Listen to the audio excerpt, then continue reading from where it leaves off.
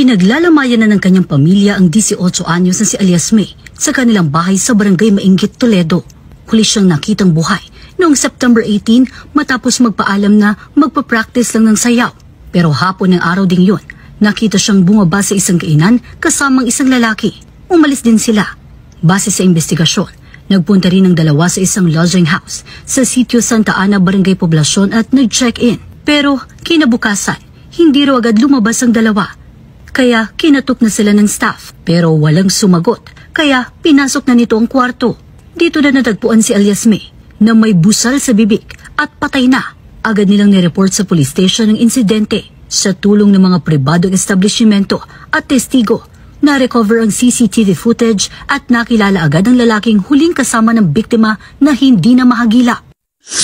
Pagdating ng tropa natin doon, hindi na inabutan yung suspect. Doon, nakuha natin yung totoong pangalan ng ating suspect na si Lorben Kabugsan Larot.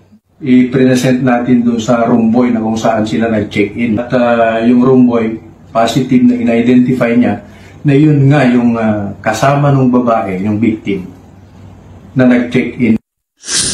Naiuwi at nakaburol na sa kanila ang grade 12 student na si May.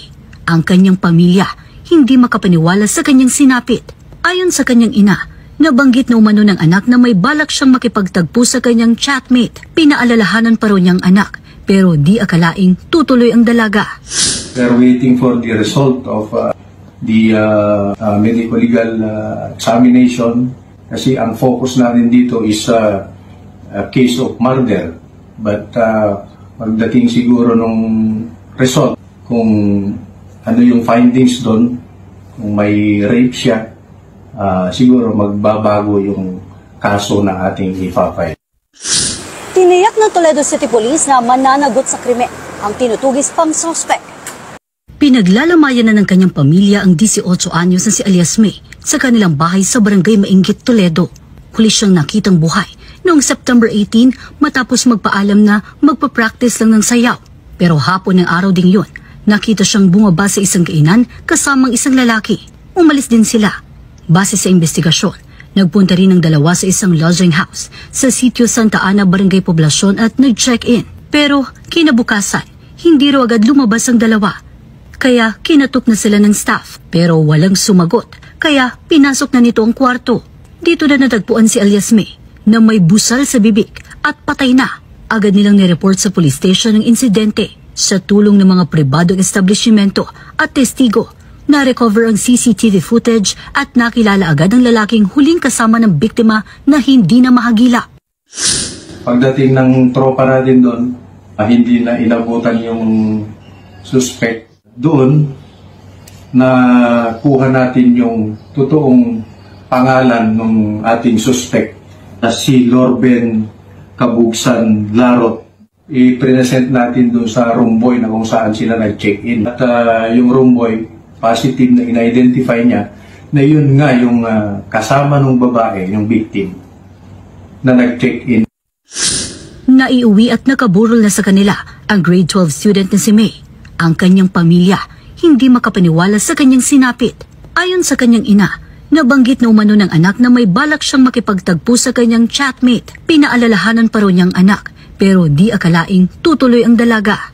We're waiting for the result of the medico-legal examination kasi ang focus natin dito is a case of murder. But pagdating siguro nung result, kung ano yung findings doon, kung may rape siya, siguro magbabago yung kaso na ating ipapay. Tiniyak ng Toledo City Police na mananagot sa krimen ang tinutugis pang suspect. Pinaglalamayan na ng kanyang pamilya ang 18 anyos na si Alias May sa kanilang bahay sa Barangay Mainggit, Toledo. Huli siyang nakitang buhay noong September 18 matapos magpaalam na magpa-practice lang ng sayaw.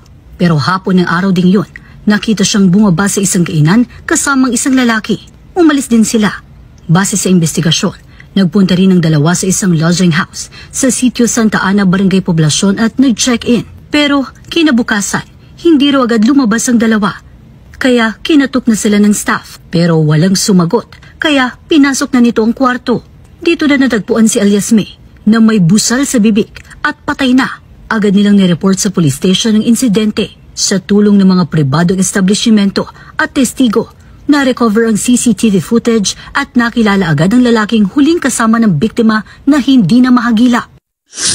Pagdating ng tropa natin doon, hindi na inabutan yung suspect. Doon, nakuha natin yung totoong pangalan ng ating suspect na si Lorben Kabugsan Larot.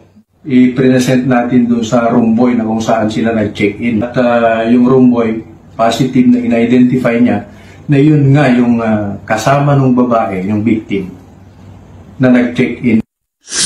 Naiuwi at nakaburol na sa kanila ang grade 12 student na si May. Ang kanyang pamilya hindi makapaniwala sa kanyang sinapit. Ayon sa kanyang ina, nabanggit na umano ng anak na may balak siyang makipagtagpo sa kanyang chatmate. Pinaalalahanan pa rin niyang anak, pero di akalaing tutuloy ang dalaga. We're waiting for the result of the medical legal examination kasi ang focus natin dito is a case of murder. But pagdating siguro nung result, kung ano yung findings doon, kung may rape siya, siguro magbabago yung kaso na ating ipapay. Tiniyak ng Toledo City Police na mananagot sa krimen ang tinutugis pang suspect. Pinaglalamayan na ng kanyang pamilya ang 18 anyos na si alias May sa kanilang bahay sa Barangay Mainggit, Toledo. Huli siyang nakitang buhay noong September 18 matapos magpaalam na magpa-practice lang ng sayaw. Pero hapon ng araw ding yun, nakita siyang bumaba sa isang kainan kasamang isang lalaki. Umalis din sila. Base sa investigasyon, nagpunta rin ang dalawa sa isang lodging house sa sitio Santa Ana, Barangay Poblacion at nag-check-in. Pero kinabukasan, hindi raw agad lumabas ang dalawa. Kaya kinatok na sila ng staff pero walang sumagot. Kaya pinasok na nito ang kwarto. Dito na natagpuan si alias May na may busal sa bibig at patay na. Agad nilang nireport sa police station ang insidente. Sa tulong ng mga pribadong establishmento at testigo, na-recover ang CCTV footage at nakilala agad ang lalaking huling kasama ng biktima na hindi na mahagila. Pagdating ng tropa natin doon, hindi na inabutan yung suspect. Doon, nakuha natin yung totoong pangalan ng ating suspect na si Lorben Kabugsan Larot. I-present natin doon sa room boy na kung saan sila nag-check-in. At yung room boy, positive na in-identify niya na yun nga yung kasama ng babae, yung victim, na nag-check-in. Naiuwi at nakaburol na sa kanila ang grade 12 student na si May. Ang kanyang pamilya hindi makapaniwala sa kanyang sinapit. Ayon sa kanyang ina, nabanggit na umano ng anak na may balak siyang makipagtagpo sa kanyang chatmate. Pinaalalahanan pa rin niyang anak, pero di akalaing tutuloy ang dalaga. We're waiting for the result of the medical legal examination kasi ang focus natin dito is a case of murder.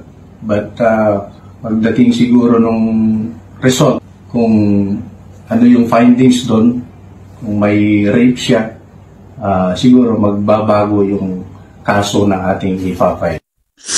Tiniyak ng Toledo City Police na mananagot sa krimen ang tinutugis pang suspect.